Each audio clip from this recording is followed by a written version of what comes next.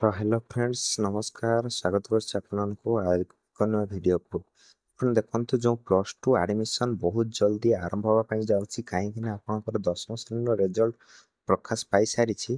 तो कोन रहिछि तार फुल डिटेल्स कोन कोन डॉक्यूमेंट आपनकर दरकार हबो काहे कि ना आपनको आगरो डॉक्यूमेंट बाहर करे रखिया पई पड़िबो नहले आपनकर एडमिशन बेले असुविधा हबो। तो से विषय में वीडियो डिटेल्स रे कहबी। तो वीडियो को स्टार्ट करे पूर्व वीडियो को लाइक कर दियंतु ଏବଂ ଆପଣ ଯଦି ଆମ ଚ୍ୟାନେଲକୁ ନୂଆ ଅଛନ୍ତି ଚ୍ୟାନେଲକୁ ସବସ୍କ୍ରାଇବ୍ କରିଦିଅନ୍ତୁ ଏବଂ ସାଙ୍ଗମାନଙ୍କ ସହିତ ଭିଡ଼ିଓଟିକୁ ସେୟାର କରିଦିଅନ୍ତୁ ଯାହାଫଳରେ ସେମାନେ ମଧ୍ୟ ଜାଣିପାରିବେ। ତ ଦେଖନ୍ତୁ ଫ୍ରେଣ୍ଡସ୍ ଆପଣ ଯେଉଁ ଜାଣିଥିବେ ଯେ 10th କ୍ଲାସ୍ର ରେଜଲ୍ଟ ଅଲରେଡ଼ି ଆପଣଙ୍କର ପ୍ରକାଶ ପାଇସାରିଛି। ତ ତାପରେ ପରେ ଆପଣଙ୍କର ପ୍ଲସ୍ ଟୁର ଆଡ଼ମିସନ୍ ବହୁତ ଜଲ୍ଦି ଆରମ୍ଭ ହେବା ପାଇଁ ଯାଉଛି। ମେ ବି ଆପଣଙ୍କର ଏଇ ମେ ମନ୍ଥରେ ଆପଣଙ୍କର ପ୍ଲସ୍ ଟୁର ଆପଣଙ୍କର ଯେଉଁ ଆଡ଼ମିସନ୍ ଆରମ୍ଭ ହୋଇଯିବ। ତ ତା ଆଗରୁ ଜାଣି ରଖନ୍ତୁ ଆପଣଙ୍କୁ କ'ଣ କ'ଣ ଡକ୍ୟୁମେଣ୍ଟ ଦରକାର ହେଇପାରେ ଆଡ଼ମିସନ୍ ସମୟରେ କାହିଁକି ନା ଏବେ ରୁଲ୍ ବହୁତ ଷ୍ଟ୍ରିକ୍ଟ ହେଇଯାଉଛି ଏବଂ ଆପଣଙ୍କୁ ଯେଉଁ ସ୍କଲାରସିପ୍ ଯେଉଁ ଆପ୍ଲାଏ କରିବେ ଆପଣଙ୍କର ତା ପାଇଁ ଆପଣଙ୍କର ଡକ୍ୟୁମେଣ୍ଟ ଗୁଡ଼ା କିଛି ମ୍ୟାଣ୍ଡେଟୋରି କରିଦେଇଛନ୍ତି। ତ ସେଥିପାଇଁ ପାଇଁ ଆପଣ ଜାଣି ରଖନ୍ତୁ କ'ଣ କ'ଣ ଡକ୍ୟୁମେଣ୍ଟ ଦରକାର ହବ।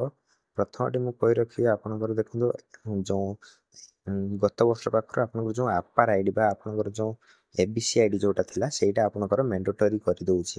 ତ ସେଥିପାଇଁ ଆପଣ କ'ଣ କରିବେ ନା ଏଥର ମ୍ୟାଣ୍ଡେଟୋରି ରହିପାରେ ବା ଅପସନାଲ୍ ରହିପାରେ।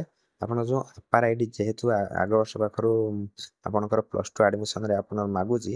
ତ ଏ ବର୍ଷ ଆପଣ ଆପାର ଆଇଡ଼ି ଆପଣ ଆଗରୁ ଚାହିଁଲେ ଜେନେରେଟ୍ କରିପାରିବେ ବା ଆପଣଙ୍କର ଯେଉଁ ଆପାର ଆଇଡ଼ି ଏବେ ଯଦି ଜେନେରେଟ୍ ନ କରିବେ ପରେ ହେଲେ ବି ହେବ। ଯଦି ଆପାର ଆଇଡ଼ି କେମିତି ଜେନେରେଟ୍ କରନ୍ତି ଆପଣ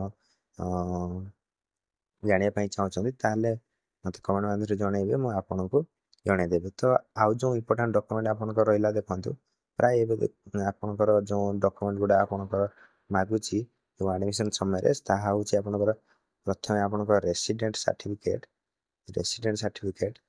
ତାପରେ ଆପଣଙ୍କର କାଷ୍ଟ ସାର୍ଟିଫିକେଟ୍ ଯଦି ଆପଣଙ୍କ କାଷ୍ଟ ଅଛି ତାହେଲେ କାଷ୍ଟ ସାର୍ଟିଫିକେଟ୍ SC ହଉ ST ହଉ ବା SCBC ହଉ।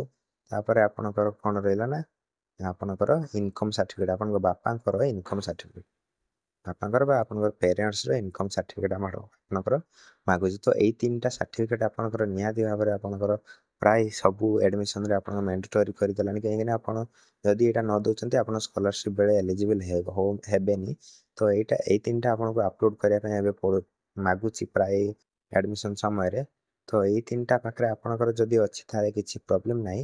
ତ ଆପଣଙ୍କ ପାଖରେ ଯଦି ନାହିଁ ଆପଣ ଆଜି ହିଁ ଆପ୍ଲାଏ କରିଦିଅନ୍ତୁ ଯେତେ ଜଲ୍ଦି ହେଇପାରିବ ଆପ୍ଲାଏ କରିଦିଅନ୍ତୁ କାହିଁକିନା ଆଡ଼ମିସନ୍ ସମୟରେ ଆପଣଙ୍କର ଏଇ ତିନିଟାକୁ ମାଗିପାରେ। କ'ଣ ନା ପ୍ରଥମଟି ମୁଁ ପୁଣି ଆଥରେ କହିଦେଉଛି। ପ୍ରଥମଟି ହେଉଛି ରେସିଡେଣ୍ଟ ସାର୍ଟିଫିକେଟ୍, ସେକେଣ୍ଡଟି ହେଉଛି ଆପଣଙ୍କର କାଷ୍ଟ ସାର୍ଟିଫିକେଟ୍, ଥାର୍ଡ଼ଟି ହେଉଛି ଆପଣଙ୍କର ଇନକମ୍ ସାର୍ଟିଫିକେଟ୍। ଏଇ ତିନିଟି ସାର୍ଟିଫିକେଟ୍ କି ଆପଣ ବାହାର କରି ରଖିଦିଅନ୍ତୁ କାହିଁକିନା ଆପଣଙ୍କର ଆଡ଼ମିସନ୍ ସମୟରେ ମାଗିଲେ ମଧ୍ୟ ଆପଣଙ୍କର ଆଡ଼ମିସନ୍ରେ କିଛି ଯେମିତି ପ୍ରୋବ୍ଲେମ୍ ହେବନି। ଆଉ ଯଦି ବି ଆପଣଙ୍କର ଆଡ଼ମିସନ୍ ସମୟରେ ଲାଗୁନି ତାହେଲେ ଆପଣଙ୍କର ଯେଉଁ ସ୍କଲାରସିପ୍ ପାଇଲା ବେଳେ ଆପଣଙ୍କର ଏଲିଜିବଲ୍ ହେଇପାରିବ। ଆପଣ ସ୍କଲାରସିପ୍ ପାଇଁ ଆପ୍ଲାଏ କରିପାରିବେ।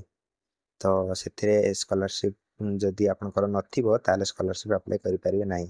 ଆଉ ଦେଖନ୍ତୁ ଯାହାମାନଙ୍କର ଅଛି ଯଦି ଆପଣଙ୍କର 1 ଇୟର୍ ପୂର୍ବରୁ ଆପଣଙ୍କର ବାହାରିଛି ତାହେଲେ ଆପଣ ନୂଆ ବାହାର କରିନିଅନ୍ତୁ।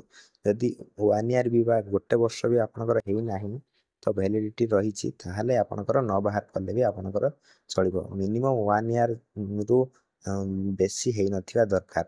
ଯଦି 1 ଇୟର୍ରୁ ବେଶୀ ଯାଇଛି ତାହେଲେ ଆପଣ ନିହାତି ଭାବରେ ନୂଆ ବାହାର କରି ରଖିଦିଅନ୍ତୁ। ତ ଏହା ଥିଲା ଫ୍ରେଣ୍ଡସ୍ ଆଜିର ନୂଆ ଅପଡ଼େଟ୍। ତ ଯଦି ଆଉ କିଛି ଆପଣଙ୍କ ମନରେ ଡାଉଟ୍ ରହିଛି ଆପଣ ମୋତେ କମେଣ୍ଟ ମାଧ୍ୟମରେ ଜଣାଇପାରିବେ ମୁଁ ଆପଣଙ୍କୁ ରିପ୍ଲାଏ ଦେଇଦେବି। ତ ଆଶା କରୁଛି ଫ୍ରେଣ୍ଡ ଭିଡ଼ିଓଟି ଆପଣଙ୍କୁ ଭଲ ଲାଗିଥିବ। ଭିଡ଼ିଓଟି ଯଦି ଭଲ ଲାଗିଛି ଭିଡ଼ିଓଟିକୁ ଗୋଟେ ଲାଇକ୍ କରିଦିଅନ୍ତୁ, ସାଙ୍ଗମାନଙ୍କ ସହିତ ସେୟାର କରିଦିଅନ୍ତୁ ଏବଂ ଆପଣ ଯଦି ଆମ ଚ୍ୟାନେଲକୁ ନୂଆ ଅଛନ୍ତି ତାହେଲେ ଏଭଳି ନୂଆ ନୂଆ ଅପଡ଼େଟ୍ ପାଇବା ପାଇଁ ଚ୍ୟାନେଲକୁ ସବସ୍କ୍ରାଇବ୍ ମଧ୍ୟ କରିଦିଅନ୍ତୁ। ତ ଆଜି ପାଇଁ ଏତିକି ଫ୍ରେଣ୍ଡସ୍ ରହୁଛି। Thank you.